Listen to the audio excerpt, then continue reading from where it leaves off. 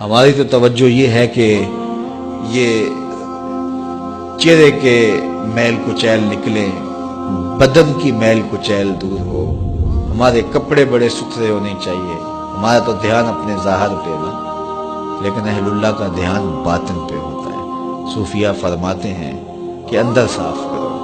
حضرت سلطان باہو بولے، دل کالے نالو منہ کالا چنگا، جے کوئی یہ رمز پچھانے ہو۔ اگر یہ رمز سمجھ میں آ گئی کہ منہ کالا ہو تو کوئی نہیں، دل کالا نہیں ہونا چاہیے۔ ابو لہب کا کیا معنی ہے؟ شعلے کی طرح چمکتا ہوا چہرہ رکھنے والا، اس کو اسی لیے ابو لہب کہتے ہیں، اس کا چہرہ ایسا چمکدار تھا تو اس وجہ سے اس کو ابو لہب کہتے تھے۔ تو چہرہ اس کا بڑا چمکدار تھا، دل کالا تھا، جہنم کا ایندھن بن گیا، قرآن نے پھٹکار ڈالی۔ اور ایک وہ بھی تھا جس کا دل صاف تھا لیکن بلال کا رنگ کالا تھا، اس کا اندر چٹا تھا باہر کالا تھا، اللہ اکبر، لیکن وہ تھا کرموں والا، وہ تھا رحمتوں والا اور حضور علیہ الصلوۃ والسلام کا متوالا۔ تو بات باطن کی ہے، بات ظاہر کی نہیں ہے۔ ہم اندر صفائی کی توجہ نہیں دیتے، باہر کی صفائی کی توجہ دیتے ہیں۔ پہلے اندر صاف کر لیں، اندر صاف ہو گیا تو پھر باہر بھی صاف کر لیں۔ اور اگر باہر صاف ہے اور اندر میل کچیل ہے تو باہو بولے کہ دل کالے نالوں منہ کالا چنگا، جے کو یہ رمز پچھانے ہو۔ اللہ کے محبوب علیہ الصلوۃ والسلام فرمائے اگر یہ صحیح ہو گیا تو پورا جسم صحیح ہو گیا۔ اور حضرت رومی نے جو اقبال کے مرشد تھے کہا کہ دل کو قابو میں کر لو، یہی حج اکبر ہے۔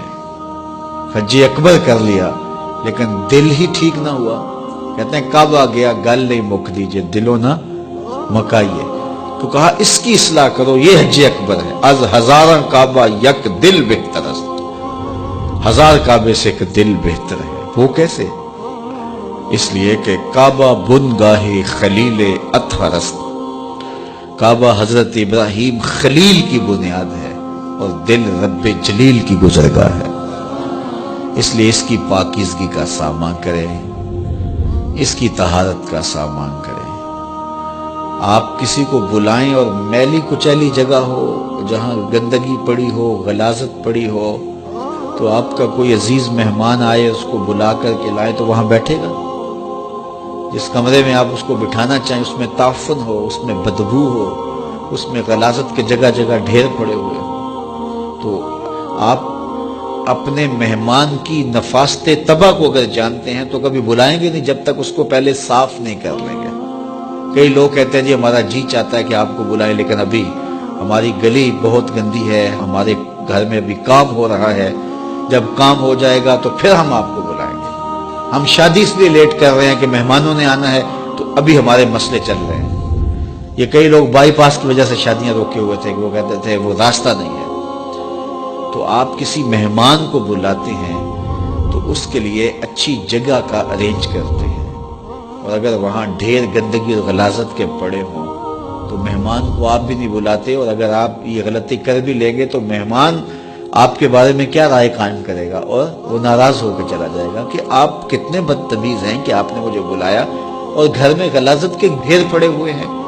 اللہ اکبر۔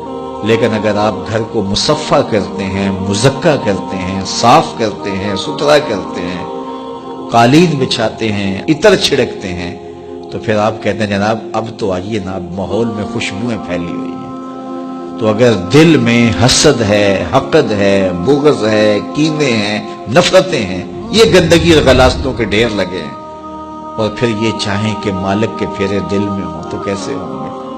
وہ تمہارے دل میں، میرے دل میں آئے گا جب دل میں اتنی غلاظتیں پڑی ہوں گی؟ نہیں، یہ سارے ڈھیر اٹھائیں، دل کو مزکہ کریں، مصفح کریں، پھر اشکوں کا چھڑکاؤ کریں۔